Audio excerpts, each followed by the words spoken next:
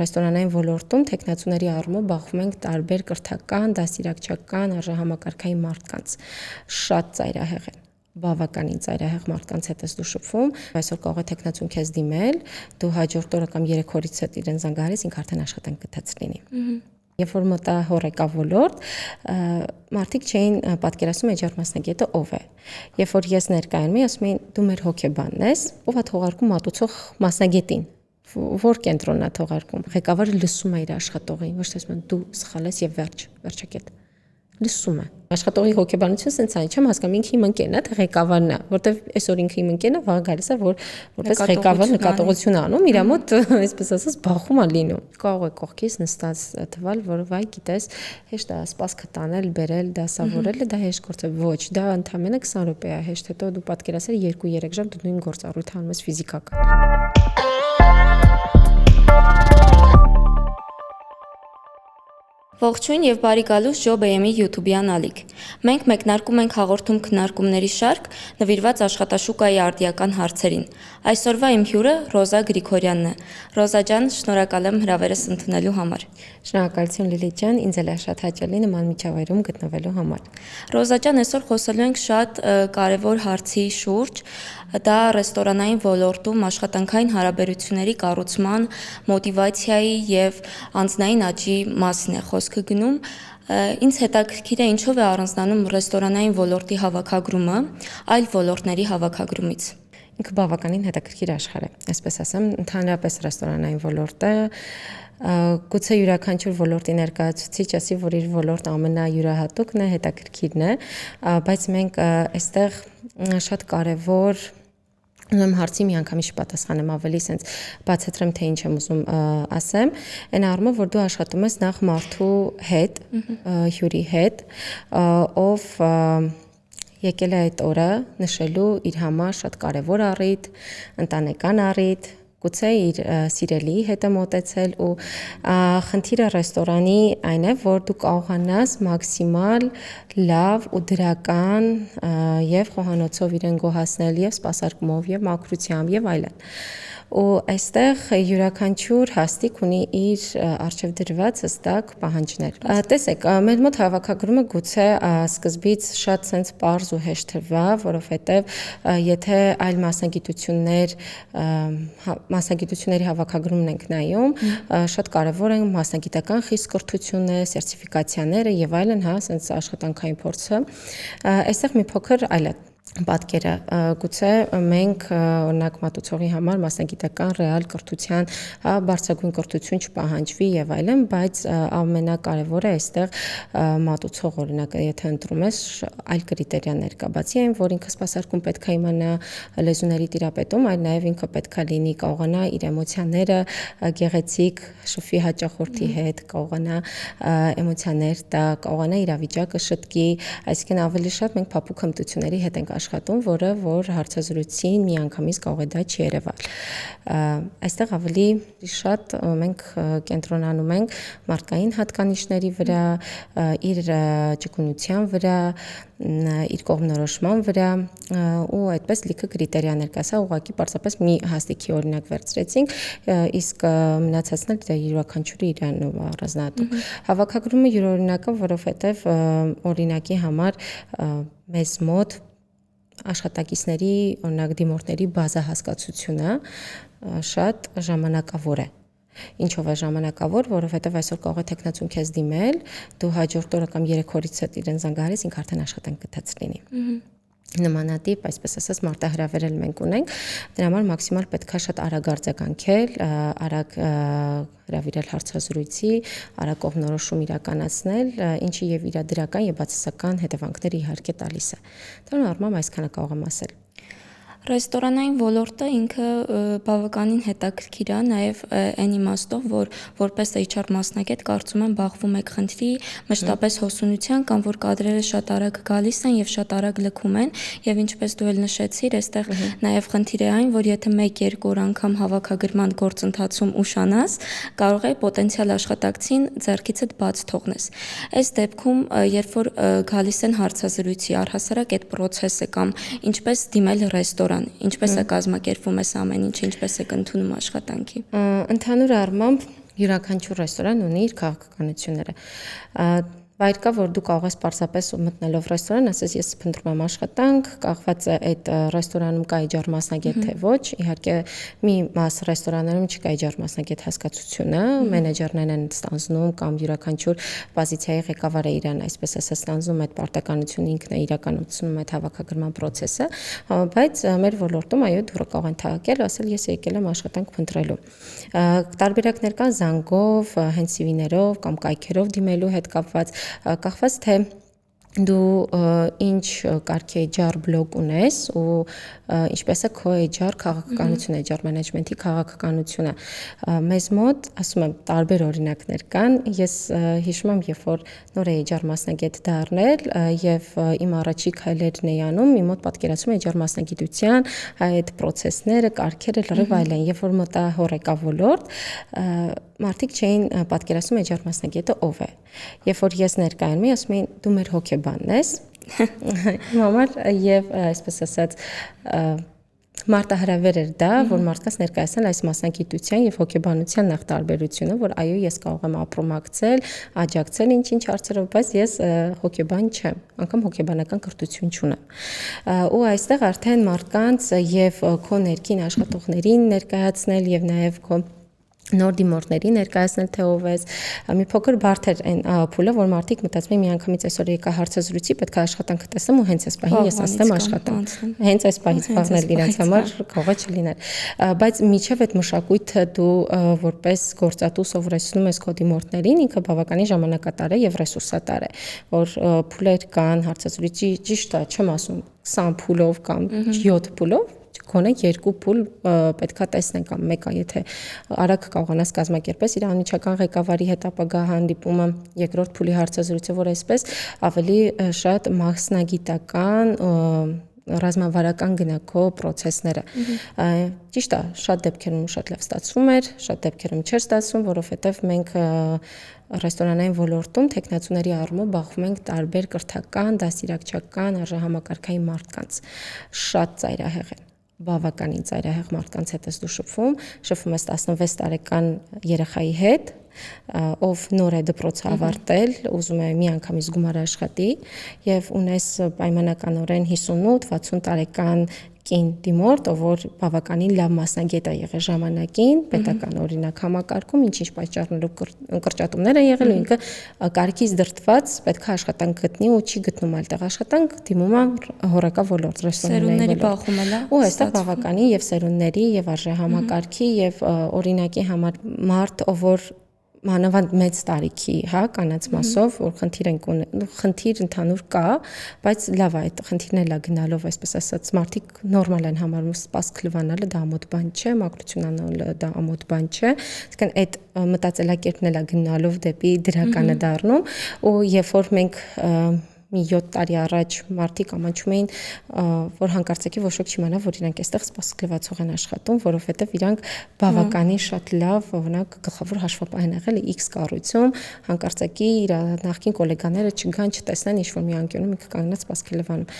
Այստեղ ունենք այդ բախում ունեցել ենք։ Գուցե շատ տեղերում դեռ կա, մնացել է, բայց իմ կարծիքով դեպի էլի դրական շարժ է լինում, որտեվ արդեն ցանկացած տիպի աշխատանք հորեկա ոլորտում դա նորմալ է։ Ամոթ չպետք է ամաչես այն աշխատանքից, որը իրականացնում ես։ Ես մի դեպք հիշեցի, վերջին շրջանում մի ռեստորանում էինք, մեզ սպասարկում էր տարիքով բավականին մի 50 տարեկանին մոտ տղամարդ ու ես ինձ բռնացրեցի այն մտքի վրա, երբ որ ինքը մեզ շատ իսկապես շատ լավ էր սպասարկում եւ երևի թե տվյալ ռեստորանում բավական երկար ժամանակ էր աշխատում, ինչ որ պահի ասաց, որ անգամ մագիստրոսական կրթություն ունի եւ հետո սկսեց պատմել իր վերջին կարդացած գրքից, ես մի պահ շոկահարվեցի ճիշտն ասած ու ինձ բռնեցի նաեւ այն մտքի վրա, որ ես մտածում եի, որ օրինակ սպասարկման ոլորտում օրինակ աշխատում են այնպիսի մարդիկ, ովքեր որ կրթություն չունեն կամ ինչ պատճառներով օրինակ չի ստացվել, բայց որ օրինակ մարդը ասում է վերջին կարդացած գիրքս մի շաբաթ առաջ սա է նայա, արդեն իսկապես ես ապշեցի եւ հաճելիորեն նաեւ զարմացա, ու ինձ թվում է, որ ընդհանուր մեր հասարակության մոտ այդ խնդիրը կա սպասարկման ոլորտի մասնագետներին մոտենալու ու դրանից էլ բխում է նաեւ այն խնդիրը, որ իրենք արդեն այդ ոլորտի մեջ լինելով ինչ որ դեպքերում մտավախություն են ունենում կամ անհանգստություն, որ իրենք այդ ոլորտում են աշխատում։ Հասկացա։ Մի քանի ասենց այսպես ասած հավելում անեմ քո խոսքին։ Այո, մենք մտածում ենք, որ սպասարկման շատ հաճախ մի մարդկանց մտածում եմ, որ սպասարկման ոլորտի մասնագետը կրթական առումով ինքը բավականին ցածր մասնագետ է, որ չի կարողացել մասնագետ։ Չէ, յուրաքանչյուր մարդ ունի իր կյանքի պատմությունը ու ոչ մեկ չգիտի իր կարիքը ինչից է ստեղծվել այդտեղ հայտնվելու։ Դրա համար կապ չունի դիմացինդ ով է մատուցող, սպասքլվածող, օգնական մակրուհի, դու պետքա նախ մարդու հետ ես աշխատում, մարդն է քեզ սպասարկում ու դու պետքա հարգալից լինես տվյալ մարդու հետ։ Երկրորդը հորեկան ոլորտում շատ զարգացած մարդիկ են աշխատում, որովհետև եթե մարդը մարդու հետ աշխատում ու տարբեր կատեգորիայի հաճախորդների հետ է շփվում, դու եթե ինքնակրթություն, զարգացվածության մակարդակը թույլ լինի, դու չես կարողանալու լավ սպասարկող լինես, որովհետև լավ սպասարկումը դա միայն ճիշտ ափսե դնելը չի, ճիշտ ուտելիքը մատուցելու ձևը չի, ինքը շփումն է, էմոցիոնալ փոխանակումն է, գրագետ, վարքագծային, էթնիկ, էթիկական եւ դու անգամ օտարազգիների հետ այլ ձևով պետքա շփվես, որտեղ իրանք ունեն իրանց ուրույնությունները, մշակույթները եւ լոկալ, հայ ազգի հաճախորդների հետ ուրիշ ձևով պետքա շփվես անգամ օտար երկրում ապրած հայ ազգիների հետ ուրիշ ձևով պետքա շփվես, որտեղ իրանք տարբեր մարդիկ են ու եթե դու զարգացած չես ու չես զարգանում գոնե կամ չես փորձում, քո մոտ շատ դժվար է ստացվելու դա ու կստացվի այնպես, որ քո գործընկերները ավելի լավ դրական կարծիքներ կունենան, քան դու մտածես, բայց ես ինչի համար, որտեղ նրանք սովորում են, կարդում ենք, մենք մատուցող ենք ունեցել, որ օգնականից դարել է մատուցող եւ ես հիշում եմ իր հետ մենք ճանապարհ անգամ անցել ենք, երեկոյան գնում էր լեզուներ էր սովորում գիշերը աշխատանքից հետո 12-ին ավարտում էր աշխատանքը, ինքը գնում էր 2 ժամ ռուսերեն ու անգլերեն բարձր կարդում էր, ինչքանով որ հասկանում էր, ինչքանով որ չէ, որ ինքը կարողանա օտարազգիներին սպասարկի։ Հետո ինքը երբ որ այդ մարտահրավերը, այսպես ասած, չելենջը հաղթահարեց, ինքը սկսեց արդեն մասնագիտական տարբեր ուղղվածությունների մասին ընթերցել, որ հանկարծակի բանկի աշխատողը գա, ինչ որ կոմունիկացիայից ինքը կարողանա ինֆորմացիա իմանա, չգիտեմ, IT ոլորտ ու իր մոտ սպասարկում իրանից հաճախորդներ շատ գոհ էին։ Հիմա մենք ասենք ինքը դե մատուցողա, սպասարկողա,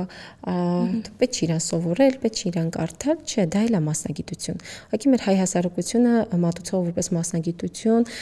ընդհանրապես ռեստորանային ոլորտ ինքը լուրջ մասնագիտություն է։ Չի դեռ ընկալել այդքան, բայց ընկալում է։ Ես շատ ուրախ եմ, որովհետև մենք տեսնում ենք իմ օրորի ամեն անգամ իմ հավաքագրման նոր փուլում ես հասկանում եմ, որ ինչքան է զարգացել, որտեղ մարդիկ այստեղ ուղակի զուտ չեն մտնում միայն գումար աշխատելու, այլ գալիս են նաև ինչ որ հեռանկարներով ու մարդիկ վստահ են, որ իրանք հեռանկարներ կունենան այդ առումով։ Այսինքն ճիշտ եմ հասկանում, որ նախ դե բոլորս նկատում ենք, որ վերջին մի քանի տարիներին ռեստորանային ոլորտը կտրուկ աճ է գրանցում եւ ամեն դեպքում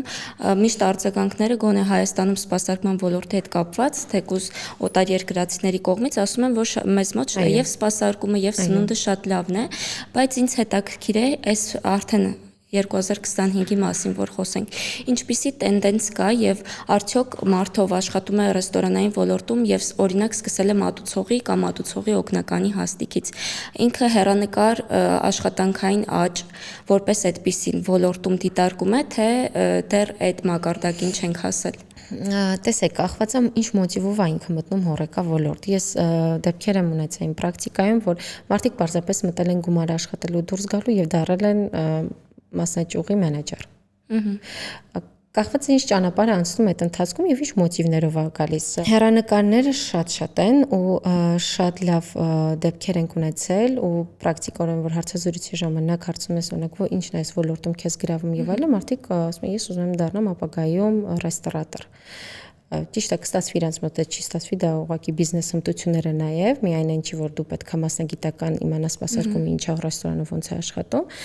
բայց շատ գովելի այն փաստը որ մարդիկ կան իրանք արդեն ունեն ապագայի իրանց ռազմավարական ծրագրով որ իրանք գալիս են այստեղ X ժամանակահատվածում սովորելու լիքը հմտություններ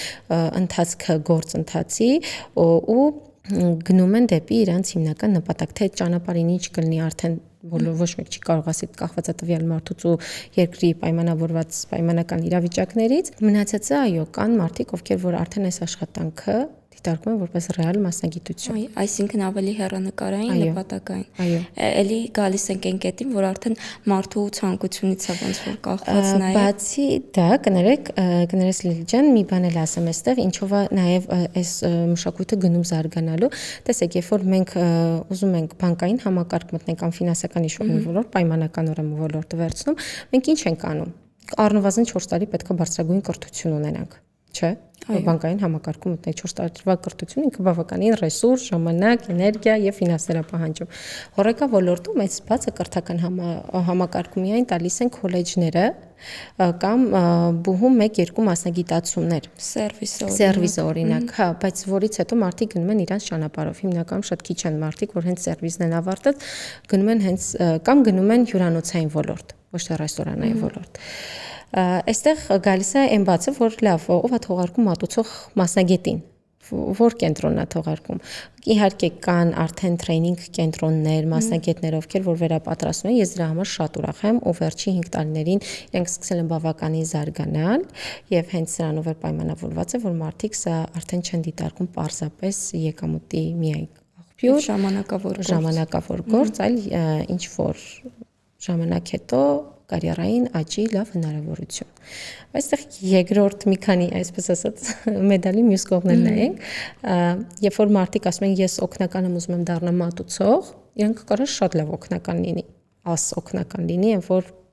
մենակ ինքը կարա այսպես ասած ապահովի 2-3 օգնականի արտադրողականություն ՕԳԳ բարձր լինի, բայց յուրաքանչյուր մասնագետ, օրինակ նույն օգնականից մատուցողից մենեջեր դառնալու ունի իր հմտությունները ու ինչքան բարձրանում ես, այդքան ոչ թե թեորիային գիտելիքները, տեխնիկական գիտելիքներն են պետք, այլ ավելի շատ հմտություններն են այստեղ արդեն զարգանում։ Դու կարող շատ լավ օգնական լինես, տեխնիկապես իմանաս մենյու, սպասարկումը,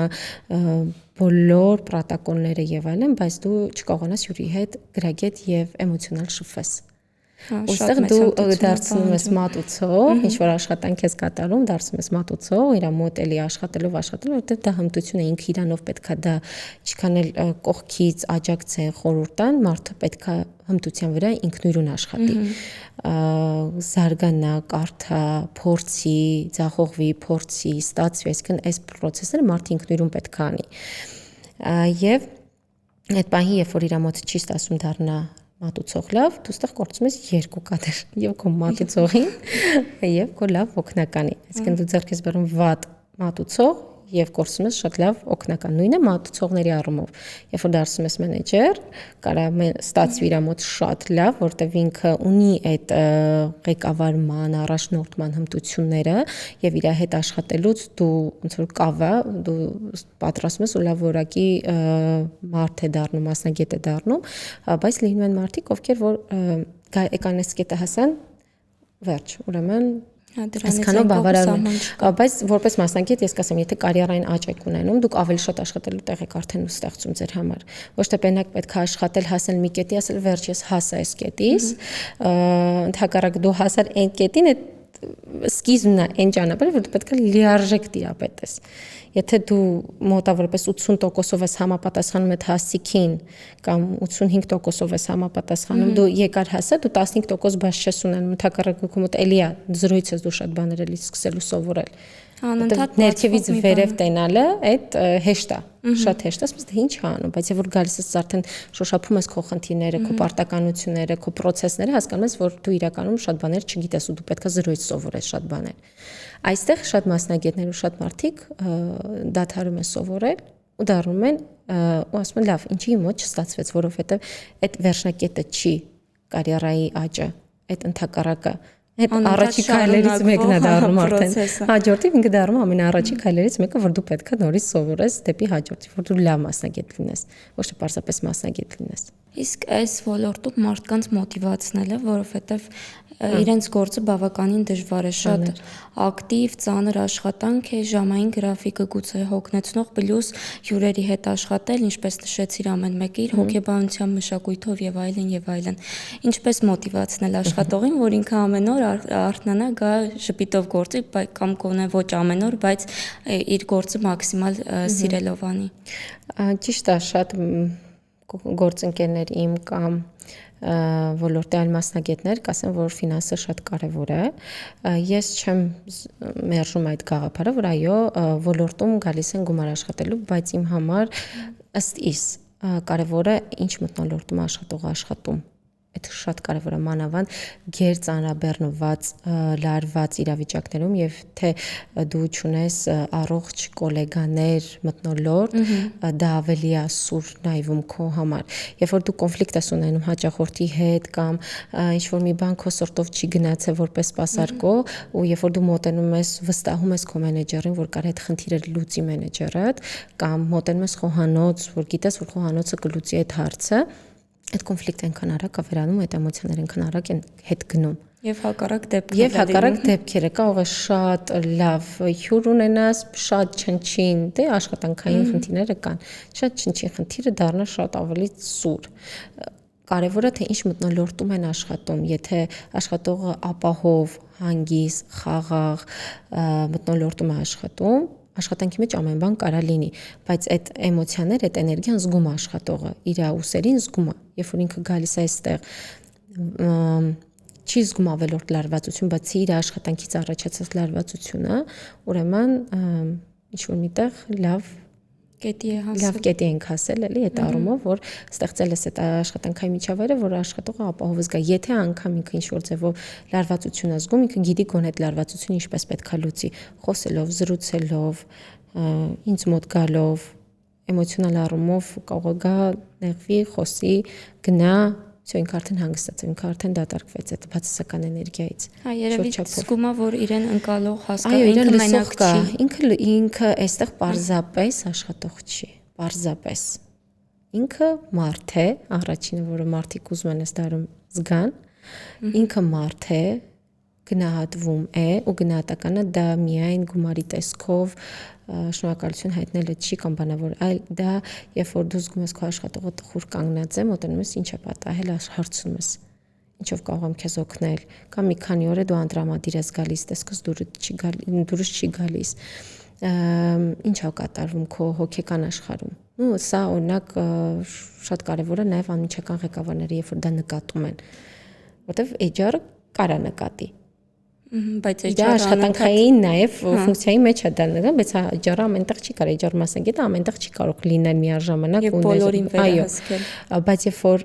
աշխատողը ինչ-ինչ հարցերի կամ ինչ-ինչ լարվածությունից իր էմոցիոնալ ֆոնը փոխվում է ու ղեկավարը դա նկատում են, դա իմ կարծիքով ամենահաճելի եւ դրական մոտիվացիայի աղբյուրներից է լինում,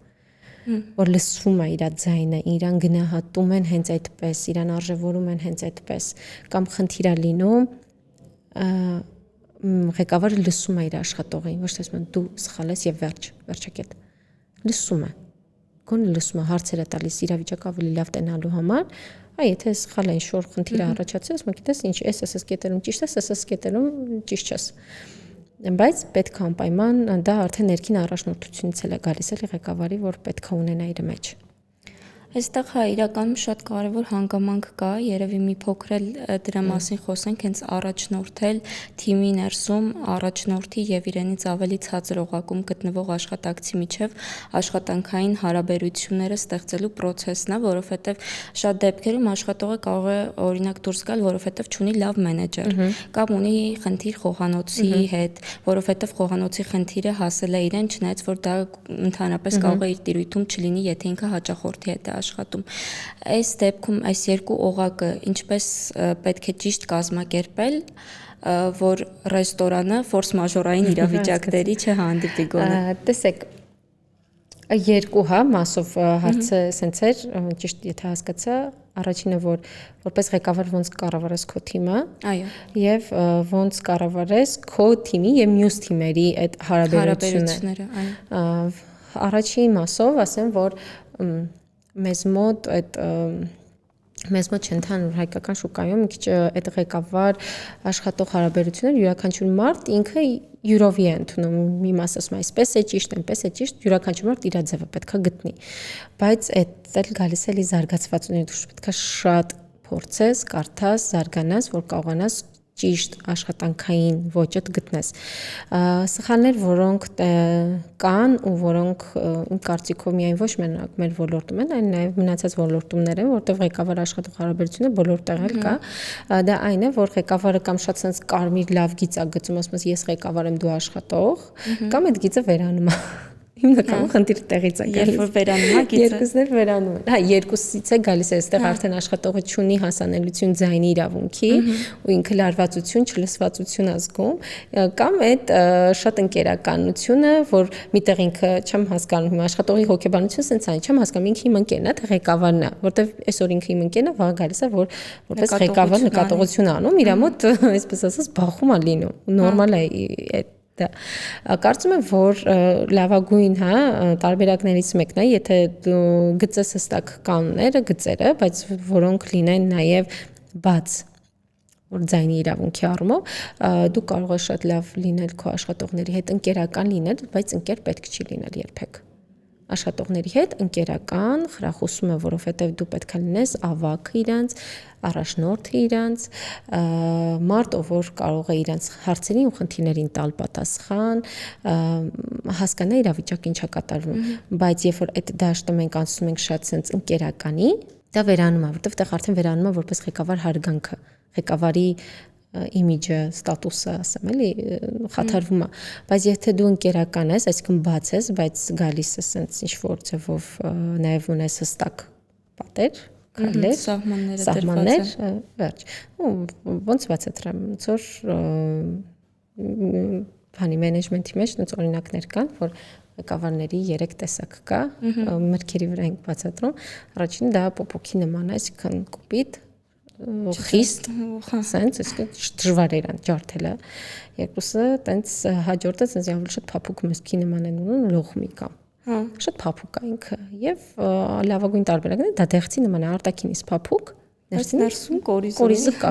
այսինքն այս ֆունկցիան որ մենք խոսում ենք դա էներգի մշակույթում տարածվում է այսինքն դու պետք է լինես դրա նման այսինքն փափուկ արտաքինից որ մարդը կարողանա քո հետ կոմունիկացվի քեզ բացվի իր խնդիրները ասի քեզ հարգի բայց նաեւ դու որպես մարդ ու ղեկավար պետք է քո դիրքերում լինես որ եթե որոշում պետքա կայացնես ինչ-որ հարցերում, ասոր ընկերությունը տեղ չխանգարի հանկարծակի քեզ։ Հա, անձնականը եւ գործնականը աշխատակցի պետքա գծել։ Այդ շատ բարդ բան է։ Մենակ մեր ոլորտում չի, այդ բոլոր ոլորտներում կա այդ խնդիրը անձնական ու գործնական դարձնելը, որովհետեւ կոնֆլիկտները երբ որ աշխատանքային են լինում, շատ հեշտ է լուծում աշխատանքային կոնֆլիկտը, բայց եթե հանկարծակի դրա մեջ մի փոքր անձնական մոտիվ է խառնվում, այդ կոնֆլիկտը շատ բարդ է լինում արդեն, որտեղ արդեն անձնական մոտիվներ կան, անձնական կոնֆլիկտներ կան, անձնական ակնկալիքներ կան, ոչ թե գործնական, որտեղ եթե ինքը ղեկավար է, ես աշխատող, ունենք մի հատ խնդիր իրար հետ։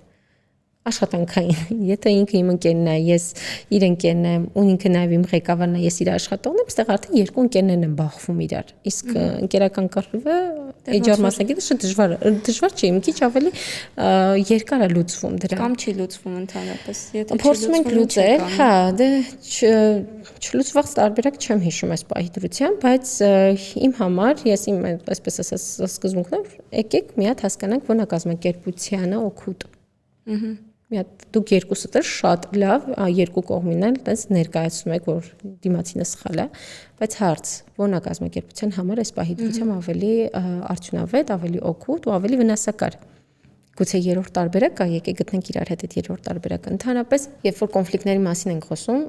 ես սիրում եմ կոնֆլիկտը համեմատել մեդալին, ոչ թե մեդալը երկու կողմ ունի, այլ 3 կողմ ունի, այդ 1-2 ու այն բարակ օղակը։ Այդ բարակ օղակը մենք մեկ-մեկ մոռանում ենք, որ դա կա։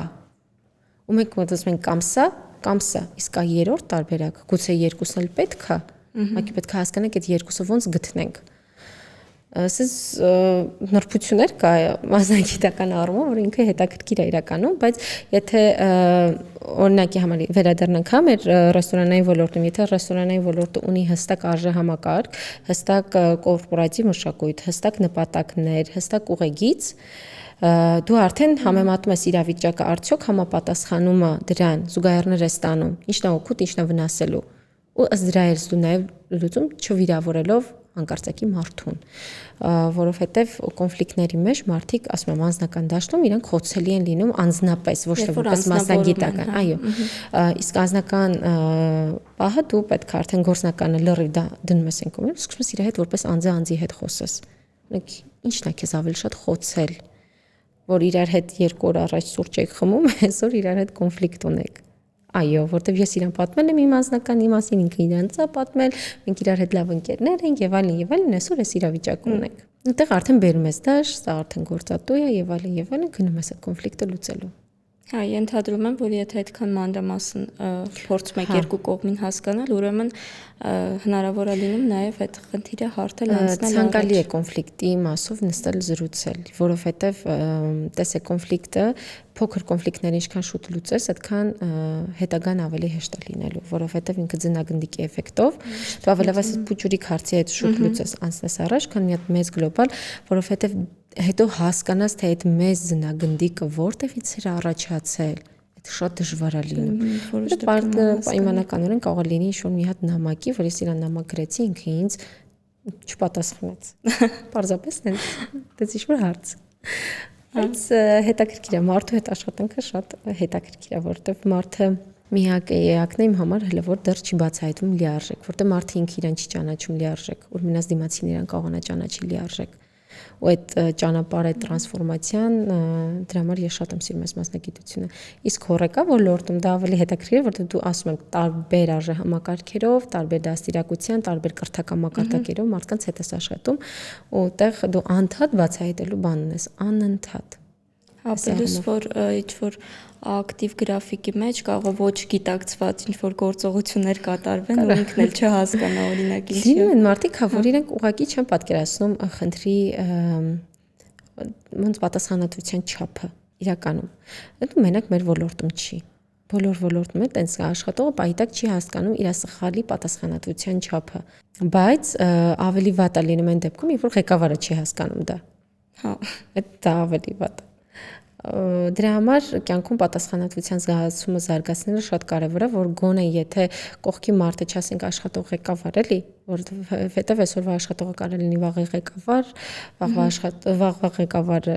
այսօրվա ղեկավարը դառնա վաղվա աշխատող, տարանջատ ենք էլի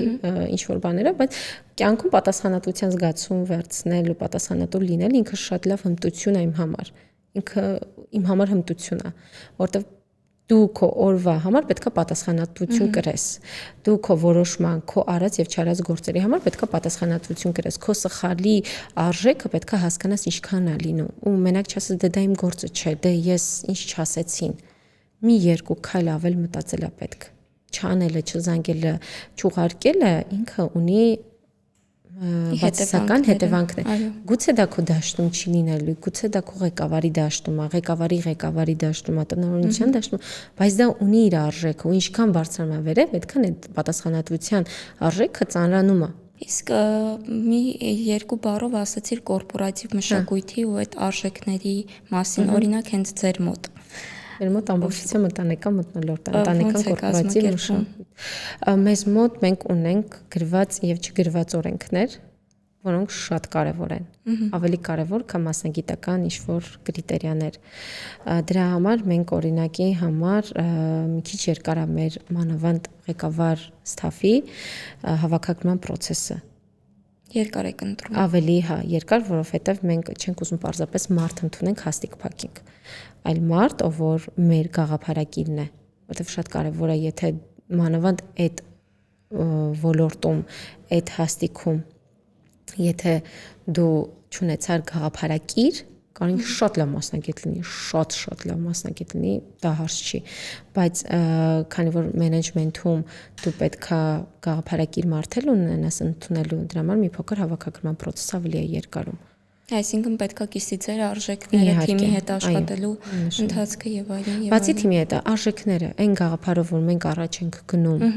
արդյոք դիմացինը ունի այդ գաղափարական, ինքը կարող է շատ լավ մասնագետ լինի, հիանալի մասնագետ լինի։ Դրա համար հարցազրույցում իմ հարցազրույցները, որ եթե հանկարծ ինչ-որ մեկը կողքը լսի, շատ քիչ է մասնագիտական հարցերը։ Ավելի շատ հարցեր իրավիճակների առումով ոնց են դուրս եկել, ու ըստ դրա արդեն հասկանաս մարդը ինչ սկզբունքներով է առաջնորդվում։ Այդ սկզբունքները առաջնորդվելը ու օրինակ ես եթե հակադիր լինում, օրինակ մեզ մոտ այսպես է ձեր կարծիքը ու շատ ուրախ եմ, որ լիքը մասնագետներ օրինակ որ հարցազրույցի ժամանակ է լինում, շատ անկեղծ չեն ամանչում իրենց հակառակ կարծիքից։ Ես շատ եմ ընդունում դա։ Օրինակի համար, եթե դուք լուծել եք այսպես, եթե այսպես լուսի ինչ կարծիքի եք, ինքը իր կարծիքը ասում է։ Նաև ուրախ եմ, որ մեր գաղափարակիր մարդիկ էլ շուկայում շատ են։ Ես դրանից եմ ուրախանում։ Բայց էլ եմ ասում, հիմնականում կորպորատիվ մշակույթը շատ կարևոր է յուրաքանչյուր կազմակերպության համար կապ չունի դա սրճարան է, ռեստորան, թե պարզապես գրասենյակ, որովհետև դա չգրված խաղի կանոններն են, այսպես ասեմ։ Ու դա պարտադիր պետք է լինի։ Ու այդ կորպորատիվ մշակույթը պետք է ամենայն դեպս ամենաառաջինը կրի դա հիմնադիրը ու այն ղեկավարը, որ ղեկավարում է այդ բլոկը։ Եթե իրենք չկրեցին, պարզապես դա փիլիսոփայական մտքեր կլինեն այդ առումով։ Մենք հարցեր ունենք նաև մեր հետևորդներից, որոնք ուզում էին, որ ուղղենք հենց ոլորտի մասնագետին, հարցնում են, թե ամենաշատը ձեր թիմում ինչն է գնահատվում աշխատակցի մեջ։ Նվիրվածությունը, աշխատանքի նվիրվածությունը, թիմակցի նվիրվածությունը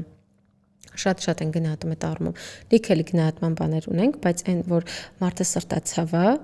ու իր համար կապ չունի ինքը այս պոզիցիայում է, թե դիմացինի պոզիցիայում է աշխատում, ինքը սրտացավ է կազմակերպությանը, սրտացավ է իր դիմացինի գոլեգային, մեր համար այդ շատ բարձր արժեք է։ Եվ ինչպես ձեռք բերել փորձ հոռեկա ոլորտում, ռեստորանային ոլորտում, եթե դու ընդհանրապես աշխատանքային փորձ չունես եւ նոր ես մոտ գործում ոլորտ։ Տեսեք, կախված է թե ինչ հասիկով ես ուզում գնաս։ Հիմնականում հոռեկա ոլորտը բաց է, շատ բաց է, սկսնակ մասնագետների առումով, նույնը խոհանոցի առումով, նույնը, չգիտեմ, սպասարկման առումով, բայց կարելի է սկսել ամենաներքևից։ Եթե խոհանոցային, խոհարար ենք ուզում դառնալ, խոհանոցը գիտենք ինչ խոհանոց ենք ուզում, կամ եթե չենք էլ կողմնորոշել, ցանկալի է գոնե ուսումնասիրել խոհանոցներ, այսինքն փորձ գնալ ձեռք բերել հայկական, եվրոպական, չգիտեմ, ասիական խոհանոցներում, հասկանալ նախ խոհանոցային առումով որն է քեզ հոգեհարազատ։ Ու տեղ արդեն աշխատասիրությամբ դու ցույց տաս, սովորես ու զարգանաս։ Եթե օրինակի համար սպասարկման առումով ենք նայում, հա մենեջեր, ցանկալի կլինի, որ աշխատանքը այո 0-ից սկսվի, գոնե մատուցող, եթե մատուցողը օգնական չէ, գոնե մատուցող պետք է լինի, բայց ելի եմ ասում, ամեն ինչ մարդու ձեռքերում է։ Եվ մասնագետ լինելը։ Ինքը կարող է շատ լավ փորձ ունենա, պրակտիկ լինի, բայց չկարողանա այդ վերջնակետին հասնի։ Ինչ պատճառներով։ Շատ հետաքրքիր է այս process-ը, բայց կուզեի մի փոքր էլ խոսեինք օրինակ ինչ որ զավեշտալի դեպքերի մասին, հավաքագրման առումով, թեկուզ աշխատանքային process-ի ընթացքում, եթե եղել են նման դեպքեր, եթե կհիշես։ Իրականում հոռեկա ոլորտում շատ են նմանատիպ դեպքերը, բայց ամենասենց տպավորվողում անավատ, որ ես նոր էի, այդ ոլորտում ինձ համար շատ զարմանալի էր, երբ որ հարցազրույցի հրավիրեցի 16-17 տարեկան տղայի ու ամբողջ ընտանիքով էի մոտեցել հարցազրույցի։ Հիմա ներկայացնեմ տղաներ, մայրը, հայրը, 3 ամսական երեխան, քույրը եղբայրը մոտավորապես 6 հոգի ու ես գնացել եմ, փնտրում եմ, այդ տղային, որ ուղեկցեմ, աշխատանքի ընդունվել։ Ու բոլորով ոտքի են կանգնում, ասում եմ, ես ձեր տղայի հետ պետք է մի ասում, դա իրենց համար շատ ստրեսային էր։ Իսկ իրենք սպասեցին դրսում։ Սկզբից խոսեցի իրենց հետ, հետո մայրը մոտեցավ, զգացի, որ շատ ակնապային այդ կինը, մի քանի բառով ներկայացրեցի իր տղայի մոտ էլ մի հատ իր հետ էլի նորից հարցազրույց, այսինքն 2-3 փուլով դա եղավ, որտեվ շատ ակնապային էր կինը, պետք է լիներ դա, որտեվ չգիտեմ ինչ կլիներ։ Այս ժամանակաշտալի դեպքեր շատ են, ուղղակի ոչ մի շփոթեց։ Ընտիր, որպես վերջապահան եզրափակում մերս ընդհանուր զրույցի, մարդը ով ուզում է ընդունվել հոռեկա ոլորտ կամ առհասարակ ցանկանում է աշխատել, ինչ խորհուրդ տանք իրեն եւ անձնային աճի եւ մոտիվացվելու տեսանկյունից, որ մաքսիմալ լավ կարողանա իրեն դրսևորի եւ ինտեգրվի նաեւ թիմի մեջ։ Պետք է պատրաստ լինի մարտահրավերներին, ոչ մի բան երբեք հեշտ չի։ Կարող է կողքից նստած թվալ, որ վայ, գիտես, հեշտ է սպասքը տանել, բերել, դասավորելը, դա հեշտ գործ է։ Ոչ, դա ընդամենը 20 րոպե է հեշտ, հետո դու պատկերացրու 2-3 ժամ դու նույն գործառույթը անում ես ֆիզիկական։ Այսինքն անգամ ֆիզիկական պատրաստվածությունը ինքը մարտահրավեր է լինելու։ Այսինքն պատրաստ եղիր այն մարտահրավերներին, որ ապագայում դու ունենալու ես։ Ոչ մի բան է այդպես գեղեցիկ, հեշտ եւ հեքիաթային չի։ Երկրորդը պետք է լինի շատ բաց տեսակ։ Հոռեկա ոլորտում փակ, չշփվող, նեգատիվ էմոցիաներով մարդիկ չեն կարողանում երկար աշխատել, որովհետև մարդկանց հետ շփումը դու պետք է էներգիա տաս, շատ էներգիա տաս։ Հաճախորդները դա զգում են եւ հետադարձ է դա լինում, հետ վերադարձում ու ավելի շատ ես լսում։ Այսինքն պետք է լինես բաց տեսակ, դրական տեսակ, փորձի զարգացնես այդ շփման հմտությունները, ճկունությունը, աչքիդ սրությունը, ոնց անեմ, ինչ անեմ, ոնց իրավիճակներից դուրս գամ։ Իհարկե դա պրակտիկ փորձում ավելի շատ է զարգանում, բայց եթե ուզում ես մատուցող կամ հոռեկա ոլորտում աշխատես, պետք է պատրաստ լինես, որ ինքը նաեւ ֆիզիկապես եւ էմոցիոնալ առումով բավականին ծանրաբեռ Դու պետք է պատրաստ լինես դրան, դա այն գեղեցիկ ու կարող է իր բարձրացության առումով ինքը շուկայում բարձր եկամտաբերություն ունի, բայց դա իր, այսպես ասած, ոնց բացատրեմ, որ ավելի ճիշտ լինի, բարձր եկամտաբերության համար դու պետք է ունենաս այդ բարձր կրիտերիաները նաև։ Դա սերտիֆիկատ չի, որ օրինակ գնաս անգիրանես, սովորես, քննություններ հանձնես, ասես վերջ ես կարամ աշխատեմ, դա հմտությունը, որ դու պետքա ստեղծես դա, չսպասես, որ կողքիները դա անես, պետքա շատ սուր աչք ունենաս, շատ սովորես, չպետքա սպասես, որ քեզ գան ինչ-որ մի բան ասեն, այս սա սխալ է, դա ճիշտ է, դու պետքա կողքից տենաս, սովորես։ Եթե զգում ես, որ օրինակի համար լավ մասնագետ կա, մատուցողական խմբում կան 2-3 հոգի, որ իրանք շատ լավն են, իրանք անդադար հարցեր տվեք, անդադար։ Օրինակ ես օգնականներ ունեինք մենք ընդհանուր առմամբ միշտ ասում եմ օրինակի համար ով է քո համար լավ մատուցող ինքը ասում եմ բայց ես գիտեմ օրինակ գիտելիքի առումով ովքեր են ավելի խորացված ես միշտ գցում եմ այդ մարդկանց որ իրենց հետ աշխատի ոսում ինչքան կարող շատ հարց տուր սպունգի նման կամ իրանց գիտելիքները իհարկե մեր ստաֆը շատ բաց է առումով այսինքն չունի այտենց չասեմ հանկարծակի բայց նմանատիպ մարդկանց էլ պետք է հանդիպեք եթե օրինակ մեկը ձեզ չի օգնում այդ մեկով չի սահմանափակվում ոլորտը գնացեք բոլորին գնացեք սրճարան նստեք մի բան լավ տեսեք հարցրեք ինչ եք այդպես անում ինչպես արեցի կամ ինչ եք հենց այդպես անում ախր դա անձնային աճին է էլի ընդհանուր վերաբերում մենակ հոռեկա ոլորտին չի վերաբերում դա բոլոր տեղ մասնագիտություններին է վերաբերում եթե դու ուզում ես լավ մասնագետ դառնաս եթե քեզ ինչ-որ մեկին գնացել ես դիմել ես որ քեզ չի պատասխանել ինչ հարցեր մասնագիտական, հո աշխարհը չի սահմանափակվում մենակ այդ մասնագետով։ Փորձիր գտնես նես մարդիկ, որ քեզ պատրաստ կլինեն սովորացնելու։ Փառք Աստծո Հայաստանում մենք ունենք նմանատիպ մասնագետներ, ովքեր բաց են։ Անտանելի բաց են։ Չեն վախենում իրենց կիսվեն իրենց գիտելիքներից, որտեվ յուրաքանչյուր գիտելիք յուրաքանչյուրի մոտ նստում է այլ ձևով ու արտադրողականությունը տալ ձևով արդյունքը տալ է լինում։ Չես կարող ես նույն գիրքը կարդամ, դու նույն գիրքը կարդան, նույն գաղափարներով լինենք։ Մոտավորապես կլինի, բայց քո մոտ գիրքը ուրիշ տրանսֆորմացիա իրականացնի, իմ մոտ այլ։ Ես այլ արդյունք կտամ, դու այլ։ Գիտելիքն էլ է տենց։ Այդտեղ կրկնօրինակելու եւ ձեռագրի հարցն է, որ ամեն մարդ իր ձեռագիրը ունի։ Յուրաքանչյուրը հիմա մեկը կարա շատ լավ շփվի հաճախորդի հետ իր ձևով, հումորով եւ այլն, մյուս ուղղակի իր կոկիկությամբ, լրջությամբ, գրավի խարիզմայով։ Դա չես կարող ասել, բայց մասնագիտական առումով ցանկացած մասնագիտություն, եթե քո դեմը մի դուռ է փակվել, դա դուռը չի սահմանափակվում մենակ այդ դռով։ Թակիր, պատոհաններ թակիր դուրս արի այդ շենքից, գուցե այդ շենքը քոնը չի, գնա այլտեղ։ Չեմ կարծում, որ այսօր մարդը ինֆորմացիայի բաց տեղ ունի, մանավանդ այս ֆորմատի հաղորդումներն էլ գումարած, մարդկանց պատասխաններ է տալիս, որ օրինակ մարդիկ կանային կուտակին 3 տարում։ Իսկ ինքը ընդամենը կարա 40 րոպե լսի։ Մարդու փորձով։ Այո, 40 րոպե լսի, ինքը հասկանա ինչա կատարվում այդտեղ ու արդեն իր մոտ պատրաստված գնա։ աշխարհը բավականին հեշտացել է ինչ-որ առումով, բայց ինչ-որ առումով դժվարացել է, որտեղ այդտեղ արդեն տեխնիկական գիտելիքների մրցակցություն չի լինում, այստեղ արդեն հմտությունների մրցակցություն է։ Անընդհատ պետք է ճկվելու կարողություն ունենալ։ Անընդհատ պետք է սովորես, զարգանաս, որովհետև եթե դու այսօր չես սովորում, դու արդեն COVID-ից հետո դու եթե մենակ լոկալ հայկական շուկայի հետ էիր պայքարում COVID-ից եւ մնացած process-ներից հետո դու արդեն դու սկսում ես մրցակցել բոլորի հետ։ Բացի այն, այնքան մեր ռեստորանային ոլորտում, եթե օրինակ X ռեստորանը մրցում էր, հա, հավաքագրման կամ լավագույն գործատուի համար Y ռեստորանի հետ, հիմա COVID-ից ու պատերազմական իրավիճակից հետո, քանի որ բոլորը սկսեցին աշխատել տարբեր գործառույթներ անել, հիմա կարող է ռեստորանը մրցակցել բանկի հետ։ Որպես գործատուի առումով, չեմ ասում մասնագիտության առումով, էլի մարդկա կարա գնա դիմի այնտեղ կամ կարա գա այստեղ, նույն մակրուհին կարա գնա բանկում աշխատի, նույն համակրություն անի, նույն կարա գա այստեղ, կախված է այդ արդեն դրա հետ ես դու մրցակցում։ Ու մարդիկ գալիս են, հա, ձեր մոտ պայմանականորեն X է, բայց չգիտեմ, այն կազմակերպություն X-10 է, բայց ասում ես այնտեղ օրինակ միջազգային կազմակերպությունը չէ, ինձ պետք է ձեր X-ը։ Օրինակ։ Իսկ շատ է խառնվել շուկան։ Շատ է խառնվել, ինչը որ եւ լավ է եւ վատ է։